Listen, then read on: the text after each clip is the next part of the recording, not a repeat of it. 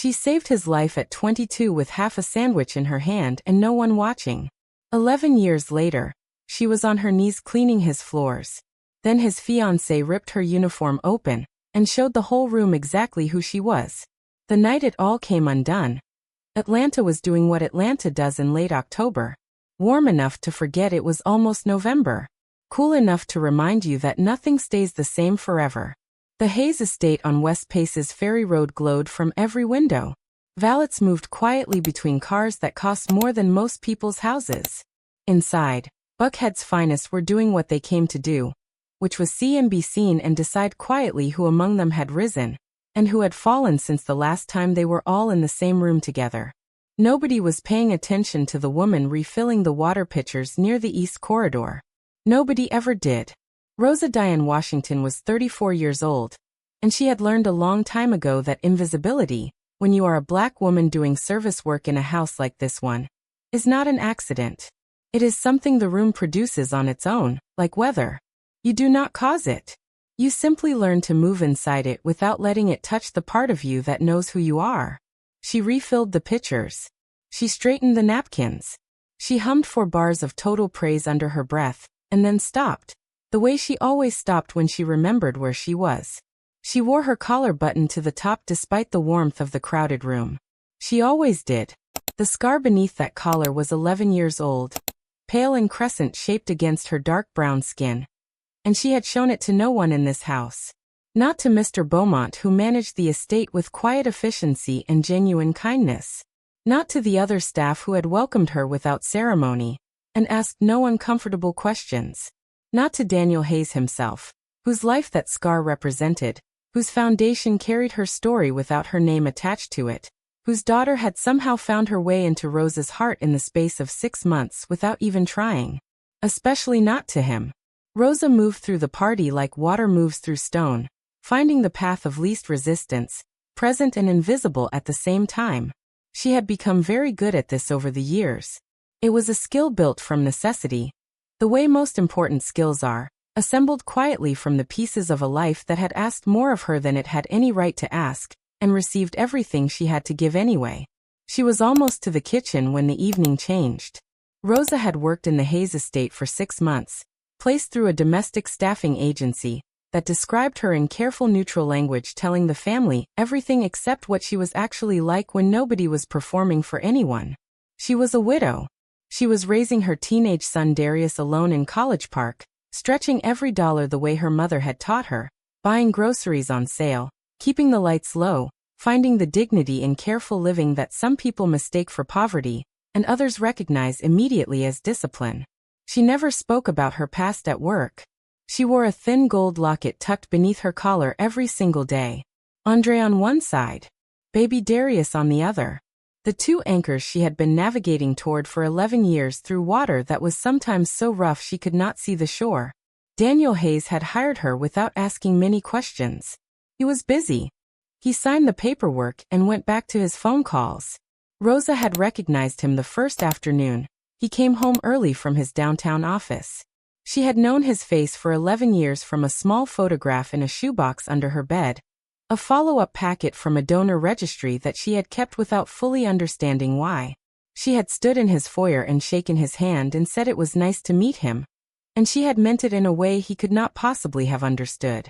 She had gone home that evening and sat at her kitchen table for a long time without turning on the lights. Darius had found her there at 8 o'clock and turned the kitchen light on and said, "Mama, why are you sitting in the dark?" Rosa had looked at her son, 17 years old and already carrying himself with the kind of quiet dignity that made her chest ache with pride, and she had said, "Just thinking, baby. Just thinking." She had not told him what she was thinking about. She had not told anyone. She had decided that the kindest thing she could do, for herself and for Daniel Hayes and for the careful life she had built from pieces, was to say nothing. She did not want his gratitude. Gratitude had a way of making the person who gave something into a symbol rather than a person, and she was tired, so profoundly tired, of being in rooms where she was not seen as a person. She wanted to do good work and go home to Darius, and keep the past where the past belonged. She had not counted on Amara.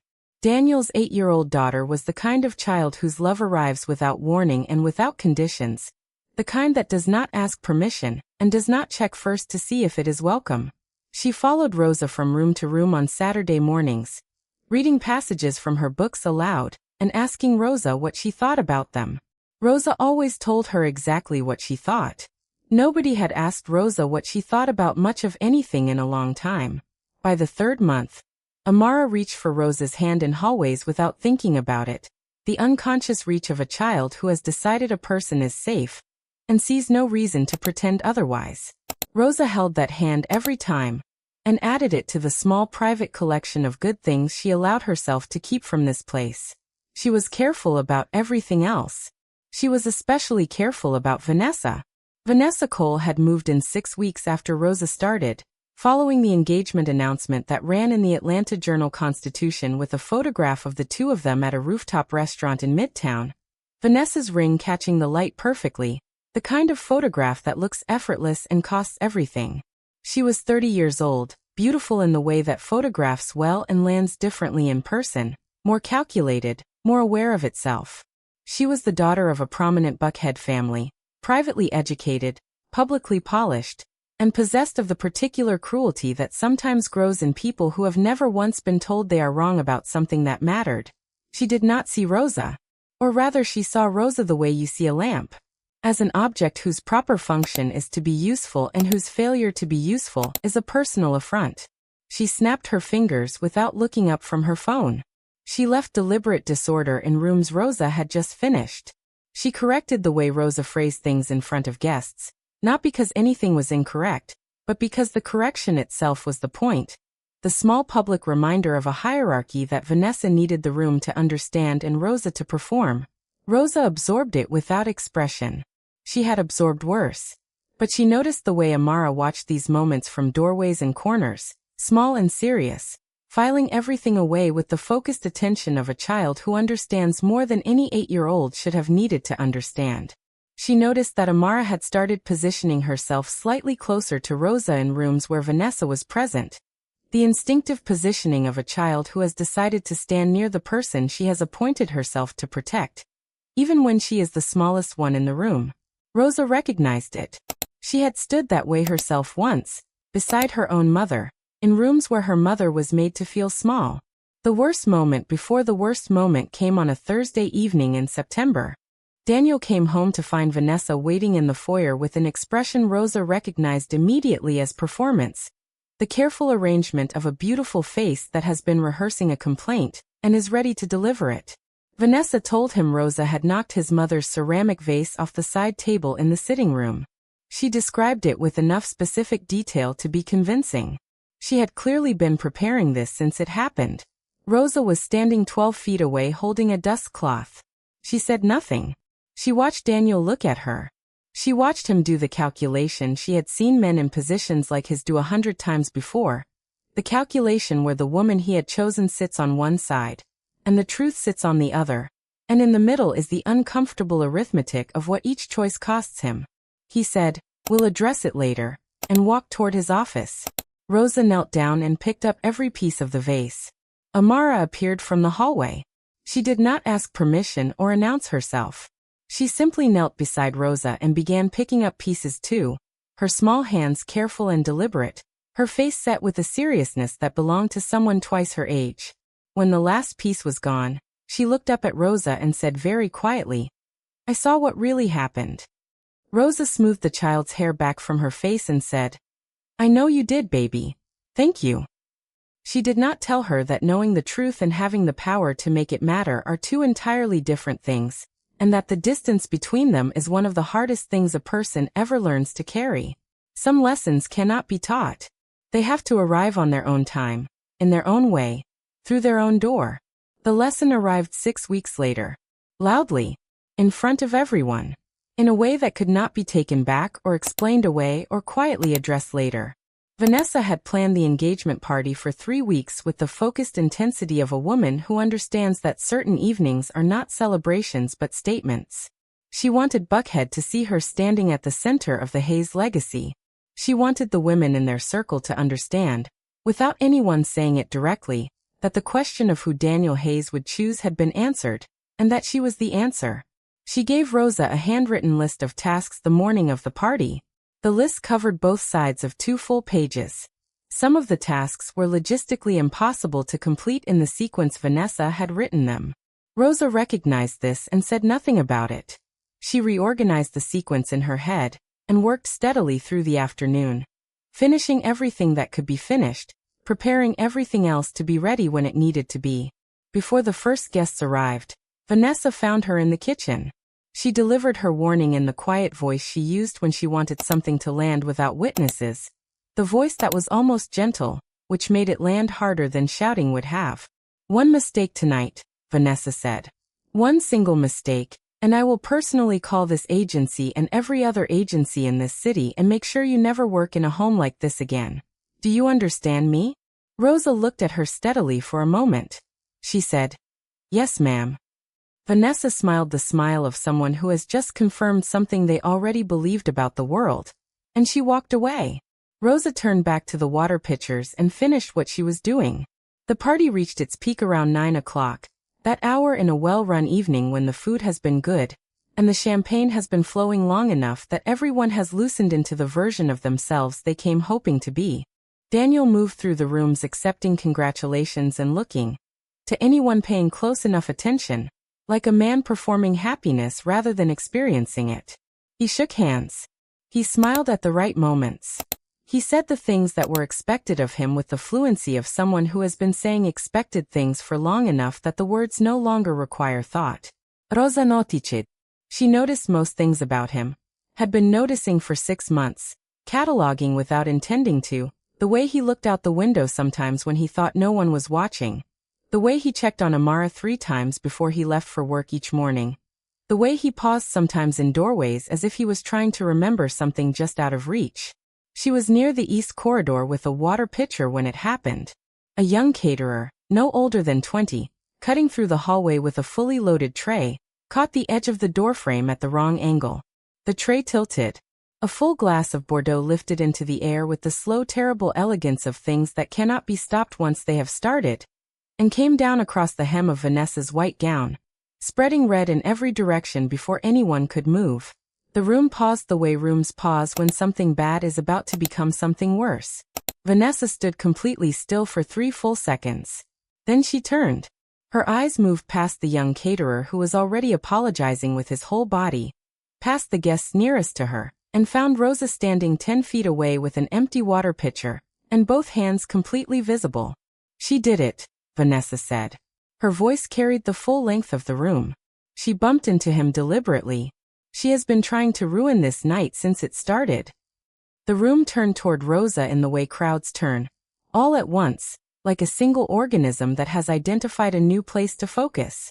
Faces arrange themselves into the careful expressions people wear when they are watching something uncomfortable, and have not yet decided whether to intervene or observe. Rosa stood still. Her chin lifted slightly. Her face arranged itself into the expression she had learned to wear in moments like this one. Over years of moments like this one. In rooms like this one. Not submission. Not defiance. The particular stillness of a woman who has decided that her dignity is worth more than her reaction to a lie, and who has made that decision so many times that it no longer requires effort. Daniel opened his mouth. Rosa watched him. She knew the exact way his jaw moved when he was preparing to say something that cost him something. She had seen it the night of the vase. She recognized what was coming before it arrived. He closed his mouth.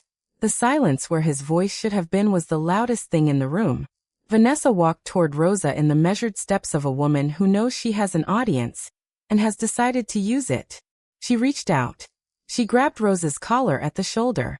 She pulled with the deliberate force of someone making a point rather than losing control. The seam gave way across Rosa's shoulder with a sound that traveled through every conversation in the room, and ended all of them simultaneously. A small sound, final and complete. The sound of something that cannot be undone. The fabric fell open, and the room went absolutely, completely, permanently silent. The scar ran along Rosa's collarbone in a pale crescent against her dark brown skin. Healed smooth and old. Settled into the body the way scars settle, when they have had years to make peace with the flesh around them. It was the mark left by a surgical incision made 11 years ago at Grady Memorial Hospital, where a surgeon's steady hands had reached through Rosa's body to harvest the bone marrow that would save a young man's life. Daniel Hayes knew exactly what he was looking at. His champagne glass left his hand. Someone caught it. He did not notice. His legs made a decision that was separate from anything his brain was doing, which was to stop functioning in the way legs are supposed to function. And he reached out and found the back of a nearby chair and held it and stared at the scar on Rosa Washington's shoulder, and felt 11 years fold themselves into a single second. He had been 26 years old, and lying in a bed on the 5th floor of Grady Memorial. He had checked in at 214 pounds, and by the time the doctors called his mother into a private room he had been 161. He remembered the ceiling of that room. He remembered the particular quality of light through the window on Tuesday mornings. He remembered his mother's hand tightening around his when the doctors used words he was not ready to hear. He remembered the Tuesday they came to tell him a donor match had been found. He remembered the transplant coordinator's face when she delivered the news. He remembered his mother's sharp intake of breath. He remembered thinking, with the clarity that sometimes arrives in the moments when everything is at stake, that somewhere in this city a person he had never met had said yes to saving his life. The surgery worked. The donor requested anonymity. The hospital honored it completely. Daniel had written letters for years, begging the hospital to pass them along, asking for just a name, just one conversation, just the chance to say thank you face to face. Every letter returned with the same answer, delivered gently and without variation. She wishes to remain anonymous. He had built the Second Chance Foundation in her honor. He had funded bone marrow donor drives across Georgia every year for a decade. He had given speeches at Grady Memorial's fundraising dinners, and stood at podiums and talked about a woman whose face he had never seen and whose name he had never learned, a woman who had reached into her own body and handed him more time. He had gone to sleep in many rooms over 11 years trying to imagine her. He had never once imagined her here. He had never imagined her humming Total Praise at his windows on Tuesday mornings. He had never imagined her kneeling on his kitchen floor picking up pieces of a vase she had not broken, hand steady, head down, absorbing what was done to her with a grace that he had witnessed and failed to defend, and would carry the shame of for the rest of his life. He had never imagined her holding his daughter's hand in hallways. His voice, when it finally came, was not a voice so much as the sound a voice makes when it has been broken open by something too large to process standing up. "It's you," he said. The words came out barely above a whisper, but in that silence they reached every corner of the room. "Rosa, it's you. You're the one who saved my life." Vanessa took one step backward. The guests did not move, did not speak, did not lift their glasses or shift their weight, or do any of the small unconscious things people do when they are merely witnessing something. They stood as still as the room itself, because what was happening in front of them was not something you move through. It was something that moves through you. Rosa stood with the torn fabric in her hand. For 6 months she had worn the stillness like a second uniform, had kept herself arranged and contained and carefully invisible. Now the stillness gave way. Not dramatically. Not in the way of scenes constructed for effect. It gave way the way a person gives way when they have been holding something very heavy for a very long time, and someone finally, without warning, reaches out and takes the weight. Her eyes filled. She looked at Daniel Hayes, the man whose life she had saved on a Tuesday afternoon 11 years ago while eating a sandwich at her desk. The man whose foundation carried her story without her name. The man whose daughter had held her hand in hallways and called her different special without knowing why the word special landed the way it did. She said the words she had been carrying for 11 years in the place where other people carry grievances or hopes or the particular weight of things left unfinished. "I never wanted you to feel like you owed me anything." Daniel was already moving toward her, and the room was about to learn everything. Daniel took both of Rosa's hands in his, and held them the way you hold something you thought you had lost, careful and slightly disbelieving, the way you hold a thing when you are not yet certain it is real. He said, "Tell me. From the beginning. Please. Tell me everything." Rosa looked at their joined hands for a moment. She looked at the guests arranged in a wide unconscious circle around them. Buckhead's finest in their good clothes with their expensive champagne growing warm in their glasses. watching something they had not purchased tickets to see and would not be able to stop thinking about for the rest of their lives. She looked at Daniel, and she told him. She had been 22 years old, and working as a volunteer coordinator at Grady Memorial Hospital, organizing the schedule of community volunteers who came through on weekends to sit with patients, to read to them, to be present with them in the particular way that overstretched hospital staff sometimes cannot manage. Her mother had raised her to understand service as something you did not perform, and did not announce. You did it the way you did anything else necessary, because it needed doing and you had the capacity, and that was the whole of the reasoning required. Her grandmother had said it more plainly on the porch of a small house in Vine City when Rosa was 7 years old, sitting beside her on a summer evening watching the neighborhood move through its routines. Baby, you were not put here just for yourself. Rosa had carried that all her life the way she carried the locket. Close to the chest. Private. Not for display. She had signed up for the bone marrow registry at a health fair in the parking lot of Greater Mount Calvary Baptist on a Saturday morning when she was 19. A nurse at the folding table had explained the process, while Rosa's mother stood to her left wearing the expression she wore when she was proud of something, but did not intend to say so directly. Rosa had filled out the form and done the cheek swab and walked away already thinking about lunch, not giving the registry another thought for 3 years. When the call came on a Tuesday afternoon in November, she had been at her desk in the volunteer office eating the second half of a turkey sandwich from the hospital cafeteria. The coordinator on the phone explained the match, explained the procedure, explained that the recipient was in serious condition, and that time was a meaningful factor. Rosa said yes before the coordinator finished the sentence. The yes was simply there, complete and obvious, the way the answer to a simple question exists before you have finished hearing it asked. She did not pray about it first. She did not call her mother. She did not make a list of reasons. The question had a clear answer and she gave it. What she had not fully understood, because she was 22 and the coordinator had explained the risks gently rather than plainly, was that her own body would not release the procedure easily. She spent 3 weeks in the hospital instead of the scheduled 4 days. Her nervous system staged a protest that her doctors managed carefully and successfully but not quickly and not cheaply. The bills arrived before she was well enough to sit up straight without assistance. She had no insurance that covered what the complications required. She had used every day of paid leave she possessed. By the time she was discharged and recovered enough to return to work, her position had been filled. She appealed through every channel available to her, and was told with genuine regret that the decision was final. She spent the next 18 months climbing out of a hole she had fallen into by saying yes on a Tuesday afternoon to saving a stranger's life. She borrowed money from her mother, and paid it back a little at a time.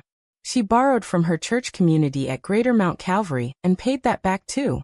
She worked 2 jobs and then a third, assembling an income from pieces the way you assemble anything when you have no choice but to be resourceful. She met Andre Washington at a community meeting in her neighborhood on a Wednesday evening in spring. He worked for MARTA and coached youth basketball on weekends at the recreation center 3 blocks from where Rosa's mother lived. He laughed from somewhere deep and unself-conscious, the way Rosa's father had laughed before her parents separated. A laugh that came from a person who had decided to be present in their own life. They married in the backyard of her mother's house in College Park on a Sunday afternoon in June with 40 people eating off paper plates and dancing to music coming from someone's truck radio parked at the curb. And it was the most genuinely happy Rosa had been in years. Andre was steady in the way that certain people are steady, not because life had been easy on them but because they had decided, somewhere along the way, that steadiness was what the people they loved needed from them, and they intended to provide it. He was working a double shift on a Tuesday evening in November, when a distracted driver ran a red light on Cascade Road. Rosa got the call at 9:14 in the evening.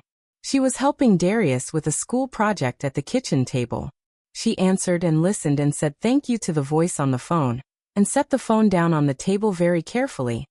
The way you set something down when you are not certain your hands are working correctly. Darius looked up from his project and saw her face. He was 10 years old. Rosa did not fall apart. She did not have that option. Her son was looking at her face and reading it the way children read the faces of the parent they depend on, completely and without distance, taking in everything. She needed to remain standing, so she remained standing. And she had been remaining standing every morning since that night through an act of quiet will that nobody she worked for ever saw or thought to ask about. She had found the domestic work through a network of women at Greater Mount Calvary, who knew which families were decent, and which were difficult, and which addresses to avoid entirely. The work was honest. The payment was reliable. She could be home in the evenings for Darius. As he grew older and needed her presence differently, she adjusted, always keeping herself available in whatever way the current version of her son required. She registered with several agencies to maintain her options. When the placement at D. Hayes on West Paces Ferry came through, she had not connected the name. Hayes was not an uncommon name in Atlanta. She arrived on her first Monday morning focused entirely on the work, the scope of the space, what the weekly routine would require, how she would sequence the rooms efficiently. Then Daniel Hayes came home early that first afternoon. And she knew. She knew from the photograph in the shoebox under her bed, the small image in the donor registry's follow-up packet that she had kept for 11 years in a shoebox with Andre's last birthday card to her, and Darius's kindergarten photograph, and the handful of things she could not bring herself to store anywhere less careful. A photograph of a man who had recovered. A man who was alive because she had said yes on a Tuesday with half a sandwich in her hand. She had gone home that evening and sat in her dark kitchen until Darius found her and turned on the light. She had decided to say nothing. She did not want to become his story. She did not want gratitude reshaping what she was into something symbolic, into the inspiration, the miracle, the woman who saved him, because she had spent 11 years being a person, and she had no interest in becoming a symbol, not even a beloved one. She wanted to work and go home to Darius and hold Amara's hand in hallways on Saturday mornings, and add this place to the small private collection of things she allowed herself. She had managed it for 6 months. Until tonight. Until Vanessa Cole grabbed her collar in front of all of Buckhead and pulled. When Rosa finished speaking, the ballroom was so quiet that the candles seemed too loud, their small flames almost intrusive in the silence. Daniel stood holding her hands, and said nothing for a long moment. He was doing the accounting that the moment required, the full and honest accounting, adding up everything Rosa had carried since that Tuesday afternoon 11 years ago. The job. The savings. The apartment. The debt paid back slowly through church networks and extra shifts. The years of building back from nothing. Omdra. Cascade Road on a Tuesday evening. A 10-year-old boy looking up from a school project and reading his mother's face. A decade of service work in houses where nobody looked at her twice. 6 months under his own roof, absorbing Vanessa's cruelty in silence, holding his daughter's hand in hallways, carrying 11 years of quiet, because she did not want him to feel obligated. When he turned to Vanessa, his voice was the quietest it had been all evening. Quiet in the way that certain things are quiet not because they are small, but because they are so large they do not need volume. You stood in front of my entire city, he said. And you grabbed the collar of the woman who gave me 11 more years of my life. 11 years I used to build this estate. This company. This foundation, I named in her honor for a decade without knowing her name. He stopped. Let that land. You grabbed her collar because you wanted her small. Because making her small made you feel large. And instead you showed every person in this room exactly who she is. Vanessa said, Daniel, I didn't. You didn't know who she was to me, he said. But you knew who she was to you. You have known for 6 months. And that was enough for you. He reached for her left hand. She let him take it, perhaps because she did not yet understand what he was doing, or perhaps because she understood perfectly and had simply run out of moves. He removed the ring with the careful deliberateness of someone handling something that was never quite right, setting it on the table beside them with a small precise sound that the room's silence made enormous. The engagement is over, he said. Mr. Beaumont will help you with your things. Vanessa Cole looked around the room. She looked at every face in the circle, the network she had spent years building, the social architecture she had constructed brick by careful brick, the people she had cultivated and flattered and positioned herself among for exactly this kind of moment. Every face looked back at her with the expression of people who are watching someone receive exactly what they have coming and are quietly, privately relieved that it is not them. She left the Hayes estate that night without speaking a single word. For the first time in her life, Not one person in the room watched her go. What Daniel did next was the thing that Buckhead would talk about for years, not the ring removal, not the broken engagement, not the revelation of the scar, but what he did in the 30 seconds that followed all of it. He knelt down on his own ballroom floor, in his tuxedo, in front of every guest he had invited to celebrate the supposed happiest moment of his life. Daniel Hayes knelt in front of Rosa Washington, and he thanked her. Not with a speech. Not with the performed emotion of a man aware of his audience. He knelt and held her hands and said what he had been rehearsing in his head for 11 years without knowing who he was rehearsing for, without knowing that the woman he was practicing for was going to turn out to be the woman who hummed church songs at his windows and fixed things in his house that had been broken long before she arrived. He thanked her for the Tuesday afternoon phone call. For the yes that came before the question was finished. For the complications she had suffered alone in a hospital bed, while he was recovering in his own. For the debt she had carried and paid back piece by piece through years he had spent building a life she had made possible. For 6 months of total praise at his windows and Saturday mornings with his daughter. And the quiet dignity she had maintained in the face of everything Vanessa had done to erode it. He thanked her for Amara. Because without the transplant there would have been no recovery. And without the recovery there would have been no company. And without the company there would have been no capacity to adopt the little girl who was currently pushing through the legs of assembled guests in her pajamas with the absolute confidence of a child who has identified where she needs to be and sees no reason to be anywhere else. Amara wrapped both arms around Rosa's waist, and pressed her face hard against Rosa's side and held on. She said, with her face still buried against Rosa, loud enough for the whole room to hear. "I told Daddy you were different, special. I told him in the car one time and he said everybody is special, and I said no Daddy, I mean Rosa is different, special, and he said the way he does when he is not really listening. And I said one day you will see, and today is that day, and I was right, and he was wrong, and I want everyone in this room to know that I was right." Rosa's laugh broke open in the middle of crying. It came out helpless and sudden and completely real. The laugh of a woman who has not laughed like that in longer than she could accurately measure. The laugh that belongs only to the moments when life returns something it took from you without warning. And without apology. Several guests who had been successfully maintaining their composure stopped maintaining it. Mr. Beaumont, standing near the kitchen doorway with his hands folded, removed his glasses and cleaned them carefully with his pocket square, and replaced them and looked at a point somewhere above everyone's heads and breathed slowly through his nose. In the days that followed, Daniel's attorney contacted every institution holding debt connected to Rosa's surgery and recovery at Grady Memorial, and retired those debts completely. The letter was framed with precision. Not charity. Not generosity. A debt repaid, long overdue, with interest calculated not in dollars but in years. A scholarship was established for Darius Washington at Morehouse College, fully endowed, covering tuition and housing and books, and a monthly living stipend that meant Rosa's son could focus on his education without calculating the cost of every decision. Darius had been accepted in the spring and had deferred because the finances were not there. They were there now. Rosa never wore the housekeeper's uniform again. Not because she was reassigned or promoted in the conventional sense. Because the thing the uniform had represented, the carefully produced invisibility, the weather the room made on its own, had been interrupted the night Vanessa grabbed her collar. And once interrupted it could not be restored.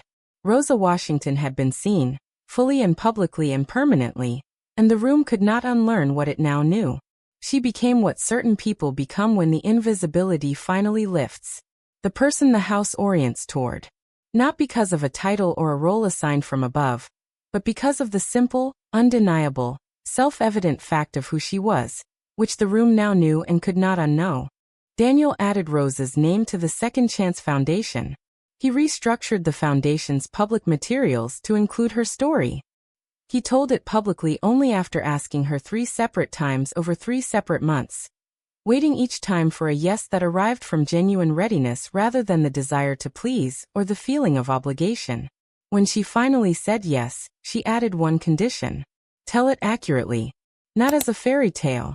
Not as a feel-good story that smoothed the edges off what it actually cost to say yes on that Tuesday afternoon. Tell people about the debt. About the years.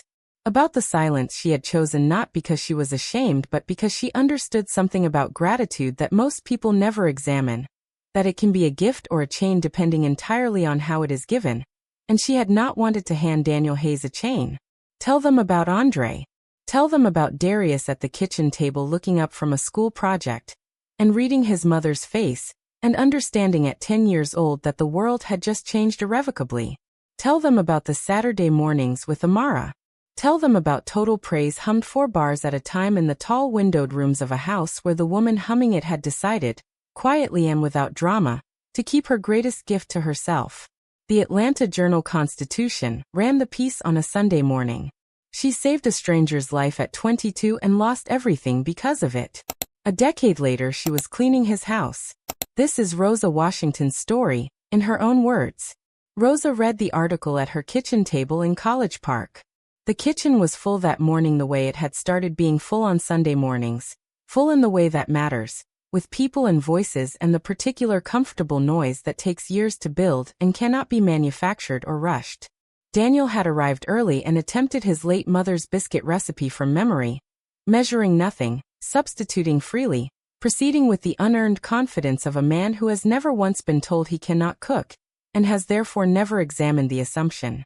The biscuits emerged from the oven dense and slightly irregular, and in one case displaying a structural ambition that exceeded its execution.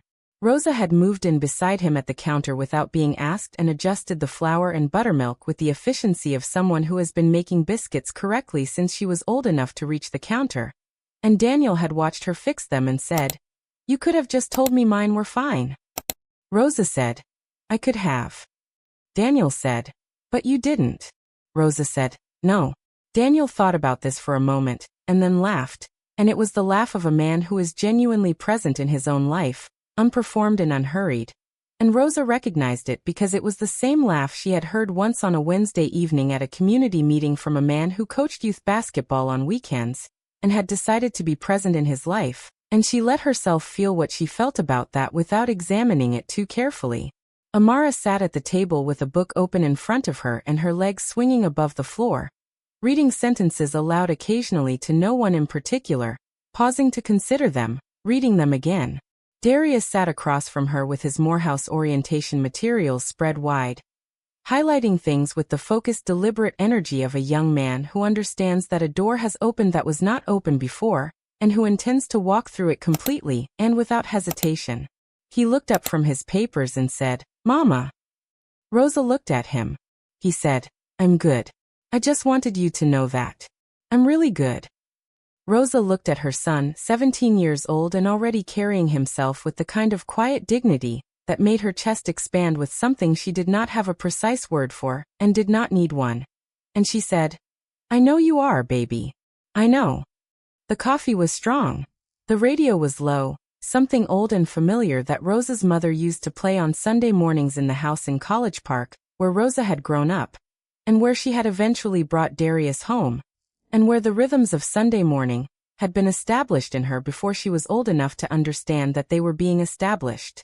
Morning light came through the window over the sink and fell across the table in a wide warm rectangle, landing on Daniel's coffee cup and Darius's orientation papers, and the corner of Amara's book, and the newspaper Rosa had just set down. Rosa touched the locket at her throat. Andre on one side, baby Darius on the other. She thought about her grandmother's porch in Vine City on summer evenings when the neighborhood moved through its routines, and the air smelled like someone nearby was cooking, and the light came down at that particular angle that only exists in the South in summer, and only for about 40 minutes before it changes into something else. Baby, you were not put here just for yourself. She thought about a Saturday morning parking lot at Greater Mount Calvary Baptist when she was 19 years old, filling out a form at a folding table, while her mother stood to her left wearing the expression she wore when she was proud of something she did not intend to say directly. She thought about a Tuesday afternoon in November. A desk in the volunteer office at Grady Memorial. Half a turkey sandwich from the hospital cafeteria. A phone call. A coordinator's voice explaining a match, explaining a procedure, explaining that time was a meaningful factor. The yes that was simply there, complete and obvious, before the question was finished. She had not thought of it as heroism then. standing in her kitchen in College Park on a Sunday morning with bad biscuits made better and her son highlighting his future, and a little girl reading aloud to no one in particular, and Daniel's shoulder occasionally brushing hers as he reached for things. She did not think of it as heroism now either. She thought of it as what you do when you have something someone else needs and you are capable of giving it. And the question is simple even when the cost of answering it is not simple at all. She had answered. And here was Sunday morning. Here was this kitchen, this light, this coffee, this noise that cannot be manufactured or rushed. Here was Darius saying, "I'm good, Mama. I'm really good." Here was Amara's voice reading something aloud. Here was Daniel reaching past her for his coffee mug and saying, "These biscuits are actually pretty good now." And Rosa saying, "I know," without looking up. Here was all of it. Here was what the yes had eventually, through 11 years of cost and silence and careful surviving, arrived at. Rosa picked up her coffee cup. She thought that sometimes the smallest yes, given quietly on an ordinary Tuesday with no audience and no expectation and no knowledge of what it will cost or where it will eventually lead, is the yes that changes everything. And sometimes the life it saves comes back to find you. Not the way you expected. Not through the door you were watching. But through a torn seam and chandelier light and a crescent-shaped scar that a cruel woman grabbed like a weapon. And that became instead the mark that finally, after 11 years of careful invisible surviving, brought Rosa Washington all the way home. She saved his life at 22 with half a sandwich in her hand, and no one watching. 11 years later the whole room was watching. And what they saw was not a maid. What they saw was the woman who had been there all along. And sometimes the kindness we carry silently for 11 years is the very thing that saves us twice.